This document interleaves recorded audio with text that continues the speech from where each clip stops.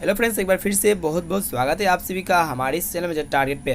Friends, आज हम लेकर आए क्लास 10 एग्जाम 2021 के लिए साइंस का मोस्ट वीवीआई ऑब्जेक्टिव क्वेश्चंस का पार्ट 3। ठीक है फ्रेंड्स, अगर आप भी 2021 में मैट्रिक बोर्ड परीक्षा देने वाले हैं तो हमारे द्वारा साइंस के वीवीआई ऑब्जेक्टिव क्वेश्चंस को ज़रूर देखिए, जो आपके एग्जाम्स में 100% आने की गारंटी है। ठीक है, आपको गारंटी के साथ कहते हैं कि आपका क्वेश्चन आपसे एक भी नहीं छूटेगा। अगर आप साइंस के वीवीआई ऑब्जेक्टिव क्वेश्चंस हमारे द्वारा बनाए गए सभी क्वेश्चंस को देखते हैं तो आपके एग्जाम्स में एक भी नंबर नहीं छूट सकता है। ठीक है फ्रेंड्स, अगर आप भी 2021 में अच्छे से अच्छे मार्क्स लाना चाहते हैं तो बस हमारे चैनल को सब्सक्राइब करके बेल आइकन प्रेस करना, ताकि हमारे चैनल के द्वारा आपको क्लास 10 के सभी सब्जेक्ट्स के इंपॉर्टेंट क्वेश्चन, इसके साथ साथ वीवीआई गेस्ट क्वेश्चन अपलोड कर दिए जाते हैं।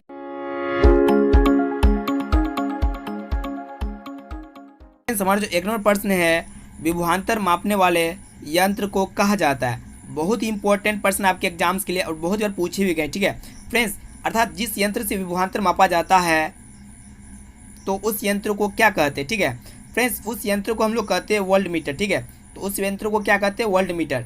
आपको बता दें कि फ्रेंड्स विभवांतर क्या होता है, किसी चालक के दो सिरों के बीच के विभव का अंतर को ही हम लोग कहते हैं विभवांतर। ठीक है, तो विभवांतर मापने वाले यंत्र को क्या कहते हैं, वोल्ट मीटर कहते हैं। तो इसका राइट आंसर हो जाएगा आपका ऑप्शन नंबर बी। फ्रेंड्स, आप कमेंट बॉक्स में जरूर बताइएगा कि ए मीटर से क्या मापा जाता है। ठीक है, इसका जवाब आप कमेंट बॉक्स में जरूर बताइएगा। फ्रेंड्स, अब आइए नेक्स्ट प्रश्न को देखिए। फ्रेंड्स, हमारा जो नेक्स्ट प्रश्न है, ए मीटर को विद्युत परिपथ में कैसे जोड़ा जाता है। बहुत ही इंपॉर्टेंट प्रश्न आपके एग्जाम्स के लिए। फ्रेंड्स, ए मीटर जो होता है उसको विद्युत परिपथ में, इलेक्ट्रिक सर्किट में कैसे जोड़ा जाता है। फ्रेंड्स, आपको बता दें कि ए मीटर जो होता है विद्युत परिपथ में हमेशा श्रेणी क्रम में जोड़ते हैं, जो आप लोग देखने पार इस प्रकार आप क्या होता है, श्रेणी क्रम होता है। ठीक है, जो हम लोग श्रेणी क्रम में हमेशा ए मीटर को विद्युत परिपथ में जोड़ते हैं। तो इसका राइट आंसर हो जाएगा आपका ऑप्शन नंबर ए। ठीक है फ्रेंड्स, अब आइए नेक्स्ट प्रश्न को देखिए। हमारा जो नेक्स्ट प्रश्न है, विद्युत मोटर परिवर्तित करता है। ठीक है, विद्युत मोटर परिवर्तित करता है। देखिए ऑप्शन ए में कि यांत्रिक ऊर्जा को विद्युत ऊर्जा में, ऑप्शन बी में विद्युत ऊर्जा को यांत्रिक ऊर्जा में, और ऑप्शन सी में दिया हुआ है रासायनिक ऊर्जा को विद्युत ऊर्जा में, और ऑप्शन डी में आप देखने पा रहे हैं विद्युत ऊर्जा को रासायनिक ऊर्जा में। तो फ्रेंड्स, विद्युत मोटर जो चेंजिंग करता है, परिवर्तित करता है, वो हमेशा विद्युत ऊर्जा को यांत्रिक ऊर्जा में चेंज करता है, यानी कि इलेक्ट्रिक जो एनर्जी होता है उसको मैकेनिकल एनर्जी में चेंज करता है। तो इसका राइट आंसर हो जाएगा आपका ऑप्शन नंबर बी। फ्रेंड्स, ये नेक्स्ट प्रश्न को देखिए। हमारा जो 4 नंबर प्रश्न है कि कृत्रिम विर्क किन अपशिष्ट उत्पादों को रुधिर से अपवहन द्वारा पृथक करता है। ठीक है, तो फ्रेंड्स, वो नाइट्रोजन जो होता है, कृत्रिम विर्क जो होता है अपशिष्ट उत्पादों को रुधिर से अपवहन द्वारा पृथक करता है। तो इसका राइट आंसर हो जाएगा आपका ऑप्शन नंबर ए। ठीक है, नेक्स्ट प्रश्न है कि भोजन का पचना किस प्रकार का अभिक्रिया है। तो फ्रेंड्स, ये बहुत ही इंपॉर्टेंट आपके एग्जाम्स के लिए। भोजन जो पचता है वो किस प्रकार का केमिकल रिएक्शंस होता है। फ्रेंड्स, वो आपका होता है उपचयन, यानी कि ऑप्शन नंबर ए इसका करेक्ट आंसर हो जाएगा। ठीक है, यानी कि 5 का जो राइट आंसर हो जाएगा ऑप्शन नंबर ए। फ्रेंड्स, अब आइए नेक्स्ट प्रश्न को देखिए। हमारा जो नेक्स्ट प्रश्न है कि प्रकृति में ऑक्सीजन का संतुलन कैसे बना रहता है। बहुत ही इंपॉर्टेंट प्रश्न आपके एग्जाम्स के लिए। प्रकृति में जो ऑक्सीजन का बैलेंस बना रहता है वो कैसे रहता है, संतुलन जो बना रहता है वो आपका कैसे रहता है। देखिए ऑप्शन ए में संयोजन क्रिया से, और ऑप्शन बी में प्रकाश संश्लेषण से, और ऑप्शन सी में अपघटन से, और ऑप्शन डी में आपका दिया हुआ इनमें से कोई नहीं। देखिए प्रकृति में जो होता है ऑक्सीजन का संतुलन बना रहता है वो आपका प्रकाश संश्लेषण से ही, प्रकाश संश्लेषण से। फ्रेंड्स, अब आइए नेक्स्ट प्रश्न को देखिए। ये भी मोस्ट इंपॉर्टेंट आपके एग्जाम्स के लिए। डेंगू उत्पन्न करने वाला मच्छर किस तरह के जल में रहता है, काफ़ी इंपॉर्टेंट है। ठीक है, तो फ्रेंड्स, डेंगू उत्पन्न करने वाला मच्छर जो होता है वो हमेशा साफ जल में पाया जाता है। तो इसका राइट आंसर हो जाएगा आपका ऑप्शन नंबर ए। ठीक है फ्रेंड्स, अब आइए नेक्स्ट प्रश्न को देखिए। हमारा जो नेक्स्ट प्रश्न है, विद्युत फ्यूज बचाता है। ठीक है फ्रेंड्स, विद्युत, देखिए ऑप्शन ए में कि अति भारण में बहने वाली उच्च धारा के खतरे से, और ऑप्शन बी में दिया हुआ है लघु पतन में बहने वाली उच्च धारा के खतरे से। तो दोस्तों, इसका राइट आंसर की बात कहा जाए तो हो जाएगा आपका ऑप्शन नंबर बी, यानी कि शॉर्ट सर्किट जो होता है उसमें बहने वाले उच्च धारा के खतरे से जो होता है विद्युत फ्यूज बचाता है। ठीक है, यानी कि इसका करेक्ट आंसर हो जाएगा आपका ऑप्शन नंबर बी। फ्रेंड्स, अब आइए नेक्स्ट प्रश्न को देखिए। हमारा जो नेक्स्ट प्रश्न है, विद्युत धारा उत्पन्न करने वाली युक्ति को कहते हैं। बहुत ही इंपॉर्टेंट है। ठीक है, यानी कि इलेक्ट्रिक करंट जो उत्पन्न करता है उस युक्ति को हम लोग क्या कहते हैं। फ्रेंड्स, उस युक्ति को हम लोग कहते हैं जनित्र, जिसको हम लोग इंग्लिश में कहते हैं जनरेटर। ठीक है, तो इसका राइट आंसर हो जाएगा आपका ऑप्शन नंबर ए, जनित्र। अब आइए नेक्स्ट प्रश्न देखिए। फ्रेंड्स, हमारा जो 10 नंबर प्रश्न है, ऊर्जा के सभी रूपों में अनंत स्रोत किसे माना जाता है। बहुत ही इंपॉर्टेंट है आपके एग्जाम्स के लिए। फ्रेंड्स देखिए ऑप्शन ए में कि कोयला को, ऑप्शन बी में जल, और ऑप्शन सी में आपका सूर्य जिसको सन कहते हैं, ऑप्शन डी में परमाणु। ठीक है, यानी कि ऊर्जा के जितने भी स्वरूप होता है उसके रूपों में अनंत स्रोतों किसे माना जाता है? सूर्य।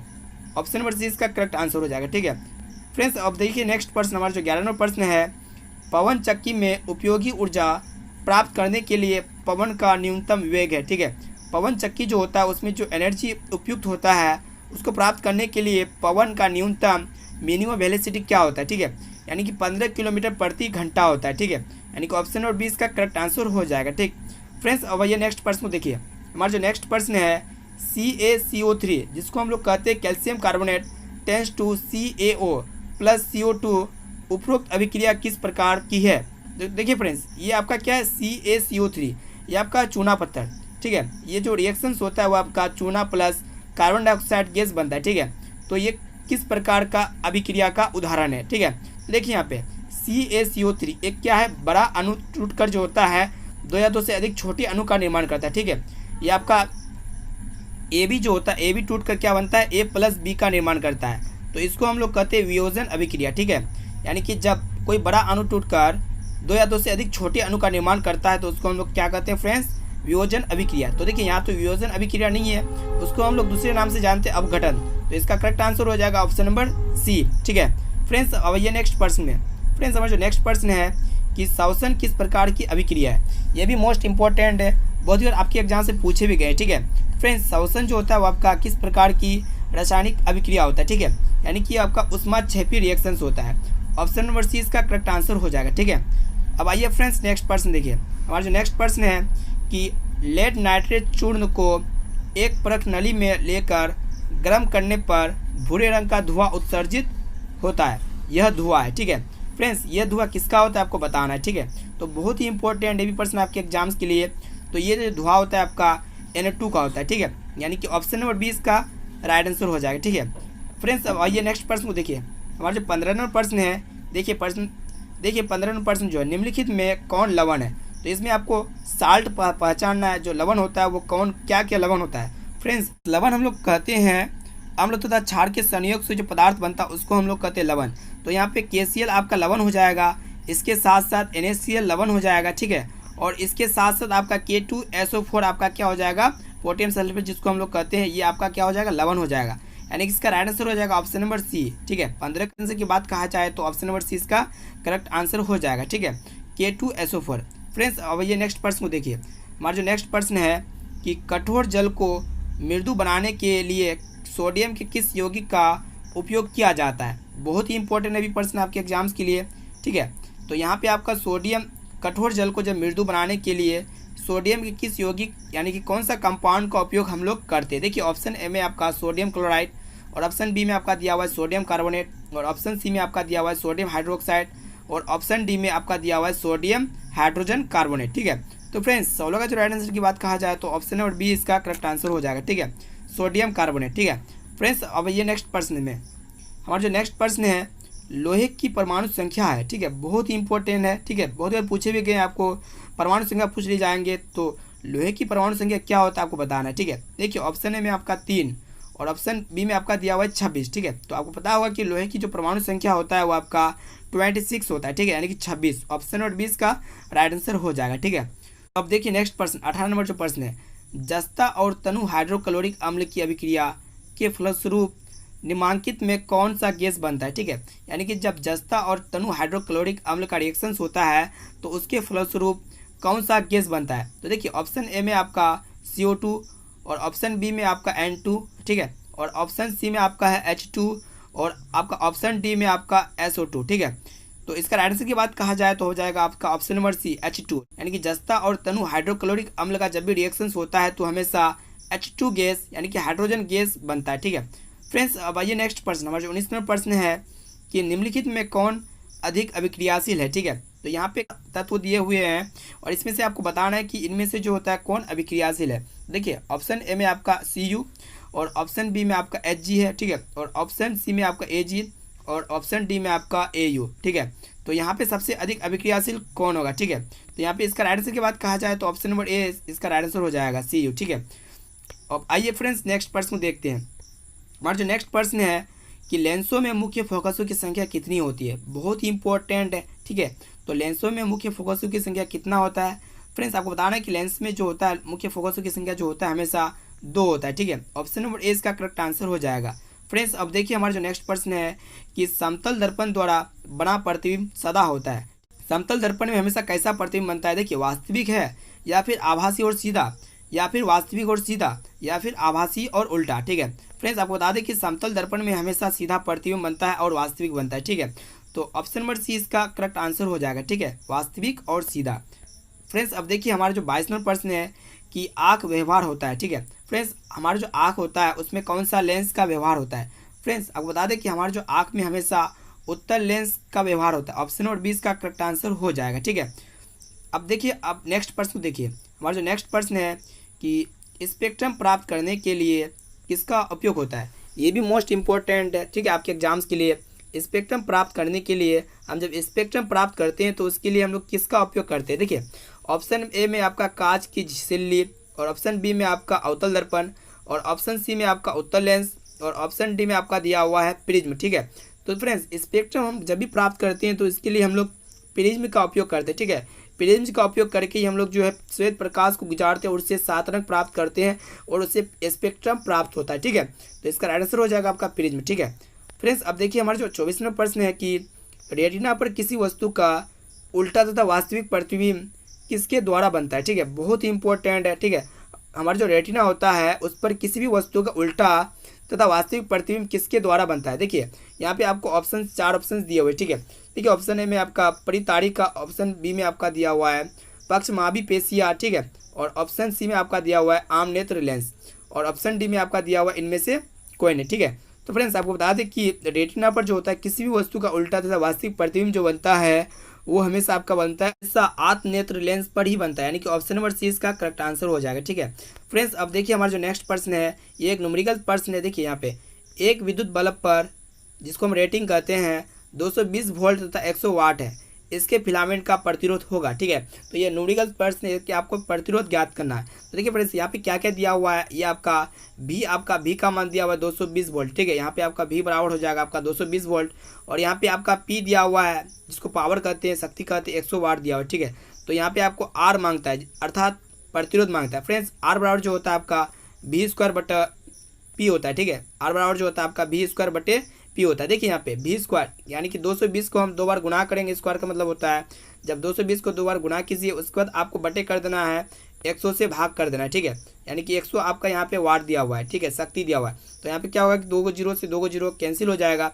जब आप 22 को 22 से गुना कीजिएगा तो आपका आएगा 484 ओम। ठीक है, तो ऑप्शन नंबर सी में जो आप देखने पा रहे हैं तो इसका राइट आंसर हो जाएगा आपका 484 ओम। फ्रेंड्स अब देखिए हमारा जो नेक्स्ट प्रश्न है कि विद्युत अपघटन में इलेक्ट्रॉन मुक्त होता है, बहुत ही इंपॉर्टेंट अभी आपके एग्जाम्स के लिए। विद्युत अपघटन जो होता है उसमें इलेक्ट्रॉन मुक्त होता है। देखिए ऑप्शन ए में आपका एनोड पर, और ऑप्शन बी में आपका कैथोड पर। ठीक है, और ऑप्शन सी में आपका दोनों पर, या फिर ऑप्शन डी में आपका इनमें से कोई नहीं। ठीक है, तो फ्रेंड्स आपको बता दें कि विद्युत अपघटन में जो इलेक्ट्रॉन मुक्त होता है वो हमेशा आपका एनोड पर होता है। ठीक है, यानी कि इसका राइट आंसर हो जाएगा आपका ऑप्शन नंबर ए एनोड। देखिए फ्रेंड्स अब नेक्स्ट प्रश्न में आइए, हमारा जो नेक्स्ट प्रश्न है कि हाइड्रोकार्बन कौन है। फ्रेंड्स यहाँ पे आपको हाइड्रोकार्बन पहचानना है कि हाइड्रोकार्बन कौन है। फ्रेंड्स आपको बता दें कि हाइड्रोकार्बन जो होगा आपका C6H12O6 होगा। ठीक है, यानी कि इसका राइट आंसर हो जाएगा आपका ऑप्शन नंबर बी C6H12O6 एक क्या है, हाइड्रोकार्बन है। ठीक है फ्रेंड्स अब देखिए हमारा जो नेक्स्ट प्रश्न है यहाँ पे आपका सिंगल बॉन्ड COOH अभिक्रियाशील मूलक को क्या कहते हैं, बहुत ही इंपॉर्टेंट आपके एग्जाम्स के लिए। ठीक है, तो यहाँ पे आपका सिंगल बॉन्ड COOH यहाँ पे दिया हुआ है, इस अभिक्रियाशील मूलक को हम लोग क्या कहते हैं। देखिए यहाँ पे कीटोन है, या फिर एल्डिहाइड कहते हैं, या फिर अम्ल कहते हैं, या फिर ईथर कहते हैं। ठीक है, फ्रेंड्स आपको बता दें कि अम्ल कहते हैं, यानी कि सिंगल बॉन्ड COOH को हम लोग क्या कहते हैं, अम्ल कहते हैं। इसका राइट आंसर हो जाएगा आपका ऑप्शन नंबर सी। फ्रेंड्स अब आइए हमारा जो नेक्स्ट प्रश्न है, हमारा जो 29 नंबर प्रश्न देखने पा रहे हैं कि आवर्त सारणी में किस वर्ग में ऊपर से नीचे आने पर तत्व के धात्विक गुण क्या होता है, बढ़ता है या फिर घटता है। ठीक है, या फिर अपरिवर्तित होता है। जब हम पीरियोडिक टेबल में किसी वर्ग में किसी, फ्रेंड्स आपको बता दें कि वो हमेशा बढ़ता है। ठीक है, यानी कि जब भी पीरियोडिक टेबल में किसी भी वर्ग में ऊपर से जब नीचे आते हैं तो उस एलिमेंट का धात्विक गुण क्या होता है, बढ़ता है। ऑप्शन नंबर ए इसका करेक्ट आंसर हो जाएगा। फ्रेंड्स हमारा जो नेक्स्ट और अंतिम प्रश्न है कि आवर्त सारणी के प्रथम वर्ग के सदस्य है, ठीक है। अम्लीय धातु होता है या फिर क्षारीय धातु होता है या फिर आपका अक्रिय गैस होता है या फिर आपका मिश्र धातु होता है, ठीक है। फ्रेंड्स आपको बता दें कि इसका राइट आंसर की बात कहा जाए तो ऑप्शन नंबर 20 का राइट आंसर हो जाएगा। यानी कि आवर्त सारणी के प्रथम वर्ग के सदस्य क्या होते हैं, आपका क्षारीय धातु होते हैं, ठीक है। तो फ्रेंड्स इस वीडियो में हम लोग 1 से लेकर 30 तक बहुत ही most important Viviya objective questions को किए, देखिए और अच्छी तरह से समझे, जो आपके आने वाले मैट्रिक बोर्ड परीक्षा में बार बार पूछे जा सकते हैं, ठीक है। फ्रेंड्स अगर पीडीएफ चाहिए तो इस वीडियो के डिस्क्रिप्शन में आपको टेलीग्राम का लिंक मिल जाएगा, वहाँ पे जाके आप जो टेलीग्राम ग्रुप पे ज्वाइन जरूर होइए। वहाँ पे आपको इसी सभी सब्जेक्ट्स के पीडीएफ आपको प्रोवाइड कर दिए जाएंगे, वहाँ से जाके आप जो है आसानी से अच्छे मार्क्स ला सकते हैं, ठीक है। फ्रेंड्स अगर आप साइंस के वीवीआई ऑब्जेक्टिव क्वेश्चंस के पार्ट 1 और पार्ट 2 को नहीं देखें तो चैनल की प्लेलिस्ट में जाके अब इसी वीडियो के डिस्क्रिप्शन में आपको पार्ट 1 और पार्ट 2 का लिंक मिल जाएगा, वहाँ पे जाके आप जो है पार्ट 1 और पार्ट 2 को बारी बारी से देख सकते हैं, ठीक है। और एक एक क्वेश्चन को अच्छी तरह से देखिए, अच्छी तरह से नोट करते जाए ताकि आपके एग्जाम्स में अच्छे से अच्छे मार्क्स ला सके, ठीक है। तो फ्रेंड्स आज के लिए इतना है। फ्रेंड्स अगर इस वीडियो को आप लाइक नहीं किए तो इस वीडियो को लाइक ज़रूर कीजिएगा और इस वीडियो को अपने दोस्तों को जरूर शेयर कीजिए ताकि सभी स्टूडेंट्स अच्छे से अच्छे मार्क्स ला सके।